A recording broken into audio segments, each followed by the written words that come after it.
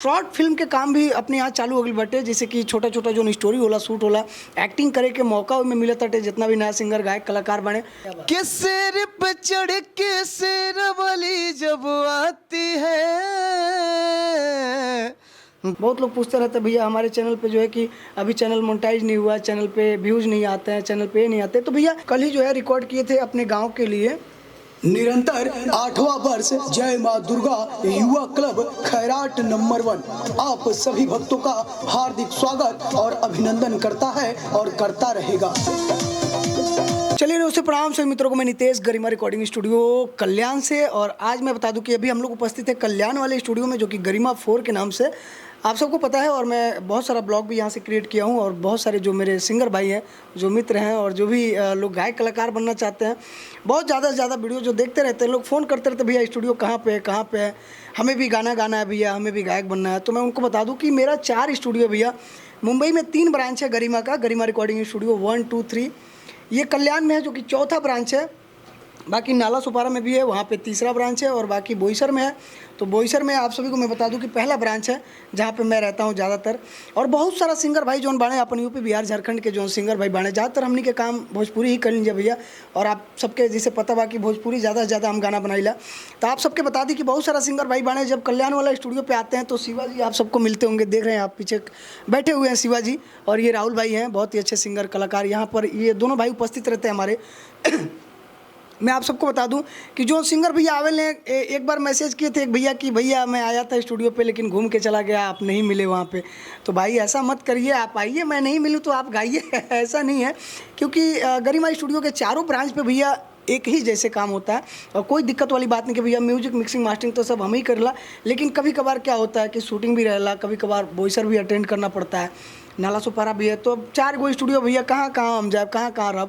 लेकिन हमेशा जो है कि मैं कोशिश करता हूँ कि कल्याण वाले ब्रांच पे रहूँ मैं। अगर मैं नहीं भी रहता हूँ तो भी आप लोग काम करिए, बढ़िया रिकॉर्डिंग करते हैं शिवा जी, कोई दिक्कत नहीं है, कोई परेशानी नहीं है। एक लाइन बता के आपके रिकॉर्डिंग हुई, एक लाइन समझा के रिकॉर्डिंग हुई, ओकरा खातिर बिल्कुल भी आप सब निश्चिंत रहिए। अगर मैं यहाँ पे नहीं भी रहता हूँ तो भी आप लोग रिकॉर्ड करिए, कोई दिक्कत वाली बात नहीं है। और मैं आपको बता दूँ कि अभी हमने के बड़ी बढ़िया काम स्टार्ट कर दिल बन जा। शॉर्ट फिल्म के काम भी अपने यहाँ चालू हो गई बटे, जैसे कि छोटा छोटा जो स्टोरी होला, शूट होला, एक्टिंग करे के मौका में मिलत बाटे। जितना भी नया सिंगर गायक कलाकार बने जे एक्टिंग कर चाहता ओकरा के भी हमने के मौका देते हैं जा। काफ़ी अच्छा स्टोरी जो सुनील बिल्ला भैया डायरेक्टर बने हमारे, वो काफ़ी बढ़िया स्टोरी तैयार करके और शूट भी चालू कर दिल बने। जल्द से जल्द गरिमा रिकॉर्डिंग स्टूडियो के चैनल पे आप सबके स्टोरी देखे के मिली, बहुत बढ़िया जोन बाकी स्टोरी तैयार होता। और अगर आप लोग भी काम कर चाहते हैं, उठा ला फ़ोन, बतिया ला, जोन भी स्टोरी अगर जो आपके शूट करे के बाद तो आप लोग बिंदास आई, और आपके गाना रिकॉर्डिंग बढ़िया हुई, और बाकी मिक्सिंग मास्टरिंग भी बढ़िया हुई, कोनो दिक्कत नहीं है। बहुत ज़्यादा ऐसा सिंगर भाई जोन बने जोन स्टूडियो के बारे में जिनका जानकारी नहीं कि भैया गाना कहाँ रिकॉर्डिंग होला, स्टूडियो कहाँ बात, तो उनका के हम बता दी भैया कि आप बिंदास आई गरिमा रिकॉर्डिंग स्टूडियो में। मुंबई में बाटे स्टूडियो, कल्याण में बा, कल्याण स्टेशन से मात्र 10 मिनट का रास्ता बा भैया, हाजी मलंग रोड। स्टूडियो के एड्रेस भी नीचे सब डालल बाटे डिस्क्रिप्शन में, और बाकी हम एड्रेस बता भी देते नहीं तरह। कल्याण ईस्ट में अइबा तो 10 मिनट का रास्ता बा, 20 रुपये लेता है टैक्सी वाला से कहा कि भैया हमको साई ढाबा द्वारली पड़ा छोड़ दीजिए, तो छोड़ देंगे। एकदम मेन रोड पे ही बाटे स्टूडियो भैया। स्टूडियो के लुक तीन दिखा दे भैया, गरिमा स्टूडियो के बोर्ड देखी स्टूडियो में लागल बाटे, और ये केबिन बाटे, आप सभी देख सकते हैं जो अंदर हमने के गाना रिकॉर्ड कर लीजिए। और जितना भी नया गायक कलाकार बने भैया बड़ी शर्माते रहते हैं, घबराते रहते हैं, डरते रहते हैं, सोचते हैं कि मैं गाना गा पाऊँगा कि नहीं गा पाऊँगा, पढ़ा लिखा नहीं हूँ, तो भैया मैं कभी गाया नहीं हूँ, पहली बार गाना चाहता हूँ। तो भैया कोनो भी कलाकार बा, जे भी बा, पवन भैया बने, खेसारी भैया बने, चाहे केहू भी कलाकार बाटे, सबके ज़िंदगी आप लोग देख ले बहन कि कितना छोट से वो बड़ भइल बने, और कितना छोट से आदमी काम करत तब ऊपर जाला भैया। तो आप सबके हम बता दी कि छत पे चढ़े खातिर सबसे पहले सीढ़ी चढ़ के छत पर जाइल जाला। तो एक गो सीढ़ी जब हमने के चढ़ल जाए तब जाके छत पे चढ़ल जाए भैया, और एक सीढ़ी जो है चढ़ना पड़ता है। तो स्टार्टिंग पीरियड में सबके तकलीफ होला, सबके प्रॉब्लम होला, पहली बार दूसरी बार गाना गावे में सबके दिक्कत होला, सुर के, ताल के, रिदम के जानकारी ना होला, बीट के जानकारी ना होला, स्केल के जानकारी ना होला, तो थोड़ा सा गाना गावे में उनके तकलीफ होला। लेकिन भैया स्टार्ट करबो जब स्कूल में पढ़े जब तब पता चली कौआ खराब का होला, ABCD का होला। अब घर पे बैठले से आदमी पढ़ाई है, इंजीनियर डॉक्टर तो ना बन पाए ना भैया। अब गायक कलाकार बने के बाद स्टूडियो पे आवा, चाहे कहीं भी जाए, इसमें कोनो बात नहीं है कि हमरा लगाओ, लेकिन कहीं भी जा, दिल खोल के जा, अच्छा से गावा, बढ़िया से गाओ, रिदम पकड़ के गाओ और निडर हो के गाओ। बिल्कुल भी डरने का, शर्माने का, घबराने की ज़रूरत नहीं है। एकदम बिंदास गाइए आप लोग। तो जितना भी सिंगर भाई इस वीडियो को देख रहे हैं, जितने भी कलाकार इस वीडियो को देख रहे हैं, आप लोग बिंदास आइए, कोई दिक्कत वाली बात नहीं है। गरिमा स्टूडियो के जितने भी ब्रांच हैं और जितने भी टीम है हमारी काम करने वाली, सब बेहतर हैं और एकदम बढ़िया से बढ़िया आपके काम हुई। कोनो भी उनमें सिकवा गिला नहीं है, कोनो भी संकोच के लिए की जरूरत नहीं है। तो आप लोग के बढ़िया से बढ़िया गाना सुनाओ जी। स्केल का होला, रिदम का होला। हम हमेशा रिकॉर्डिंग जब करीला तो बताओत रही कि भैया जो सिंगर गाते हैं तो बीट पकड़ के कैसे गाते हैं, रिदम पे कैसे गाते हैं, ये सारी चीज़ों की जानकारी मैं वीडियो के माध्यम से देता रहता हूँ आप सबको। और जैसे अभी पता नहीं है कि शॉर्ट फिल्म भी तैयार हो गई बटे और जल्द से जल्द गरिमा स्टूडियो के चैनल पे चढ़ी हूँ। आप लोग देखब जाओ करके, ढेर सारा प्यारा से बात दीजिएगा। और जितना भी स्टोरी अभी शूट होके वाला बात, अगर आप लोग को भी काम करे के बाद तब बिंदास आई, एक्टिंग करे के मौका मिली आप लोग के। और ज़्यादातर बात पैसा के लेके फंस जाला। बहुत लोग सिंगर भाई बाने जो पैसा की वजह से थोड़ा पीछे हट जाते हैं। तो मैं उनको बता दूं, मुंबई में जितना भी स्टूडियो बा भैया, सबसे कम प्राइस में अपना यहाँ काम होला। पैसा तो देखिए सब जगह लगता है, काहे कि भैया म्यूजिक बा, मिक्सिंग बा, मास्टरिंग बा, मेलोडी बा, क्रिएटिंग बा, रिदम बा, प्रोग्रामिंग बा, चाहे कोनो फीमेल सिंगर आपके गाना में गाओ तड़ी तो वो भी पैसा लेती हैं। और बाकी जितना भी लोग काम करला सबके पैसा देवे पड़ला। बाकी मान ली कि जो रूम में स्टूडियो बा, इहो रूम अपन खुद के नहीं, मान ली भाड़ा के बात, येहू के भाड़ा साड़ा, लाइट बिल वगैरह भरे के पड़ला। तो आप लोग के सहयोग से ही सब चला था भैया। लेकिन जितना भी मुंबई में स्टूडियो बा भोजपुरी के, सबसे कम प्राइस में गरिमा में काम होला भैया। गरिमा के चारों ब्रांच आप सबके लिए खुलल बा। आप लोग बिंदास है, काम करी, कोनो दिक्कत नहीं है, कोनो सिकवा गिला नहीं है। और एक बात और खास जानकारी हम देते हैं कि CMS, बहुत लोग CMS के बारे में नहीं जाने। जो चैनल, बहुत लोग चैनल बना ले लेवा, लेकिन CMS के बारे में नहीं जानते कि CMS का होला। बहुत लोग पूछते रहते भैया हमारे चैनल पे जो है कि अभी चैनल मोनेटाइज नहीं हुआ, चैनल पे व्यूज़ नहीं आते हैं, चैनल पे नहीं आते। तो भैया स्टार्टिंग में सबको मेहनत करना पड़ता है। डायरेक्ट थोड़ी तार लाखों व्यूज़ आवे चालू हो जाए, डायरेक्ट लाखों सब्सक्राइबर थोड़ी हो जाएगा।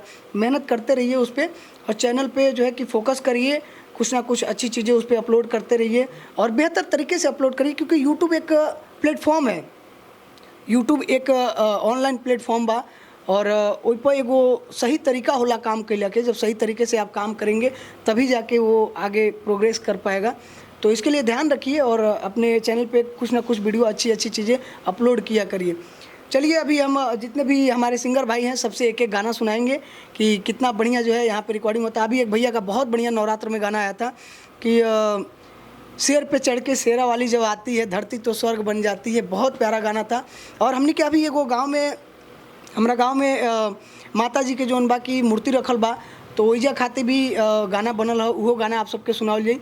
और बहुत लोग प्रचार कैसेट भी बनवाना चाहते हैं, जैसे कि चुनाव प्रचार हो गई, चाहे कोनो दुकान के प्रचार हो गई, चाहे कोनो चीज़ के संस्था के प्रचार हो गई, तो वो सब भी हमारे यहाँ रिकॉर्ड होता है। तो आप लोग बिंदास फ़ोन करिए और आपको बढ़िया से बढ़िया क्वालिटी में बना के दिया जाएगा। तो चलिए हम लोग राहुल भाई से स्टार्ट करेंगे। राहुल भाई जो कि बहुत ही अच्छे सिंगर हैं और आप लोग खुद सुनेंगे जब इनकी आवाज़ तो तारीफ़ करेंगे, क्योंकि काफ़ी अच्छा गाते हैं और रिदम स्केल की जानकारी भी बढ़िया है भैया को। तो एक गाना हम सुनेंगे इनसे। तो आप लोग लाइन पे बने रहिए और वीडियो को देखते रहिए और सीखिए, आप लोग समझिए, क्योंकि जब तक आप लोग वीडियो को देखेंगे नहीं तब तक सीखेंगे नहीं, समझेंगे नहीं। तो राहुल भाई कैसे हैं आप? एकदम ठीक हूँ भैया। अच्छा, कहाँ रहते हैं आप? कल्याण में। कल्याण कहाँ रहते हैं? कल्याण ईस्ट में द्वारलीपाड़ा, हाजी मलंग रोड जी। हाँ, गरिमा स्टूडियो में ही रहते हैं ये। मैं आपको बता दूं। स्टूडियो 4 में रहता हूँ। इधर ही हम और शिवाजी दोनों मिले थे इधर हमेशा तो कोई गाना वाना सुनाइए हमारे दर्शकों को, कोई बढ़िया गाना जो अभी तैयार किए हो आप, या फिर कोई गाना आया हो मार्केट में आपका, जो नया गाना आया हो, देवी गीत आया हो, उस गाने को सुनाने की कृपा करें भाई। ठीक है, देवी गीत सुनाता हूँ। मौसम सुहाना है, सहजा ठिकाना है, भक्ति के रंग में रंगा ये जमाना है। क्या बात है, क्या बात। कि सिर पे चढ़ के शेरवाली जब आती है, धरती तो स्वर्ग बन जाती है। कि सिर पे चढ़ के शेरवाली जब आती है, धरती तो स्वर्ग बन जाती है। ये देवी गीत अभी आया है मेरा, ज़्यादा नहीं, 4 दिन 5 दिन हुआ है। तनिष्का राहुल राजा ऑफिशियल पे यूट्यूब पे आप जरूर देख सकते हैं और सुनने के लिए आपको बिंदास सुनिए। मिल जाएगा। तनिष्का राहुल राजा ऑफिशियल इनके चैनल का नाम है, तनिष्का राहुल राजा, आप लोग सर्च करिएगा, इनका गाना सुनिएगा। बहुत प्यारे हैं, काफ़ी अच्छा गाते हैं और कंटिन्यू जो प्रोजेक्ट इनका आने वाला है मार्केट में। अभी हम लोग एक गाना रिकॉर्ड किए थे, उस गाने को भी मैं सुनाना चाहूँगा आप सबको। उसका वोकल क्वालिटी देखिए और आउटपुट देखिए, क्योंकि सबसे ज़्यादा भैया मेन चीज़ ये रहेला कि गाना तो सब लोग गाते हैं, सब लोग बनाते हैं और म्यूज़िक भी काफ़ी लोग बनाते हैं, रिकॉर्डिंग स्टूडियो भी काफ़ी सारा बा, लेकिन काम कैला के तरीका सबके अलग अलग होला, गावे के तरीका सबके अलग अलग होला। आपके बता दी कि म्यूजिक आपके कितना भी बढ़िया होई, चाहे गाना के मैटर कितना भी बढ़िया होगा, आप गाएंगे कितना भी बढ़िया, लेकिन जब तक उसका मिक्सिंग मास्टरिंग बढ़िया से नहीं होगा तब तक वो आउटपुट बढ़िया नहीं आएगा। और उसमें रिदम जो है या फिर प्लगइन्स जो है, VST जो है, वेरिएशंस जो है, जो भी आप यूज करते हैं या फिर कोई भी स्टूडियो वाले यूज करते हैं, तो कौन आवाज़ में कौन वेरिएशंस, कौन प्लगइन, कौन VST यूज करे बा, ज़्यादा जानकारी होकर जरूर बा भैया। तो देखिए अभी हमने कि ये गाना जोन बा कि अभी कल ही जो है रिकॉर्ड किए थे अपने गांव के लिए। निरंतर 8वां वर्ष जय माँ दुर्गा युवा क्लब खैराट नंबर 1 आप सभी भक्तों का हार्दिक स्वागत और अभिनंदन करता है और करता रहेगा।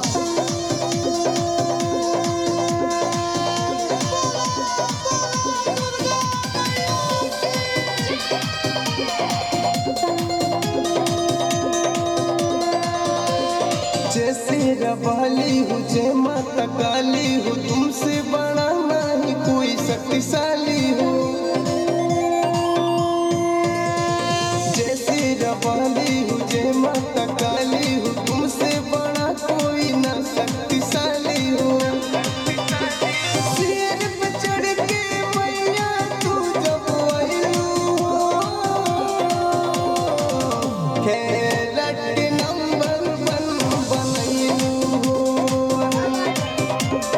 शेर पे चढ़ के मैया तू जब आई हो, खैरट नंबर 1 बनैलू हो। निरंतर 8वां वर्ष जय माँ दुर्गा युवा क्लब खैराट नंबर 1 आप सभी भक्तों का हार्दिक स्वागत और अभिनंदन करता है और करता रहेगा। तो ये हम अपने गांव के लिए एक गाना क्रिएट किए थे, जो कि राहुल भाई ही गाए हैं इसमें, और काफ़ी अच्छा जो है क्रिएट हुआ है और काफ़ी पसंद भी वहाँ पे कर रहे हैं लोग। डीजे पे काफ़ी बज रहा है वहाँ पे जो पंडाल है। तो आप लोग भी अगर बनवाना चाहते हैं इस तरीके का गाना तो आप लोग संपर्क कर सकते हैं, कोई दिक्कत वाली बात नहीं है, अच्छा से अच्छा क्वालिटी में बना के दिया जाएगा। तो ठीक है, वीडियो काफ़ी लंबा हो जाता है, जितने भी मेरे सिंगर भाई हैं उन सभी को दिल से धन्यवाद वीडियो देखने के लिए। और गरिमा रिकॉर्डिंग स्टूडियो को सब्सक्राइब करिए आप लोग। मिलते हैं अगले नए वीडियो के साथ, तब तक के लिए बाय बाय, धन्यवाद, लव यू, टेक केयर।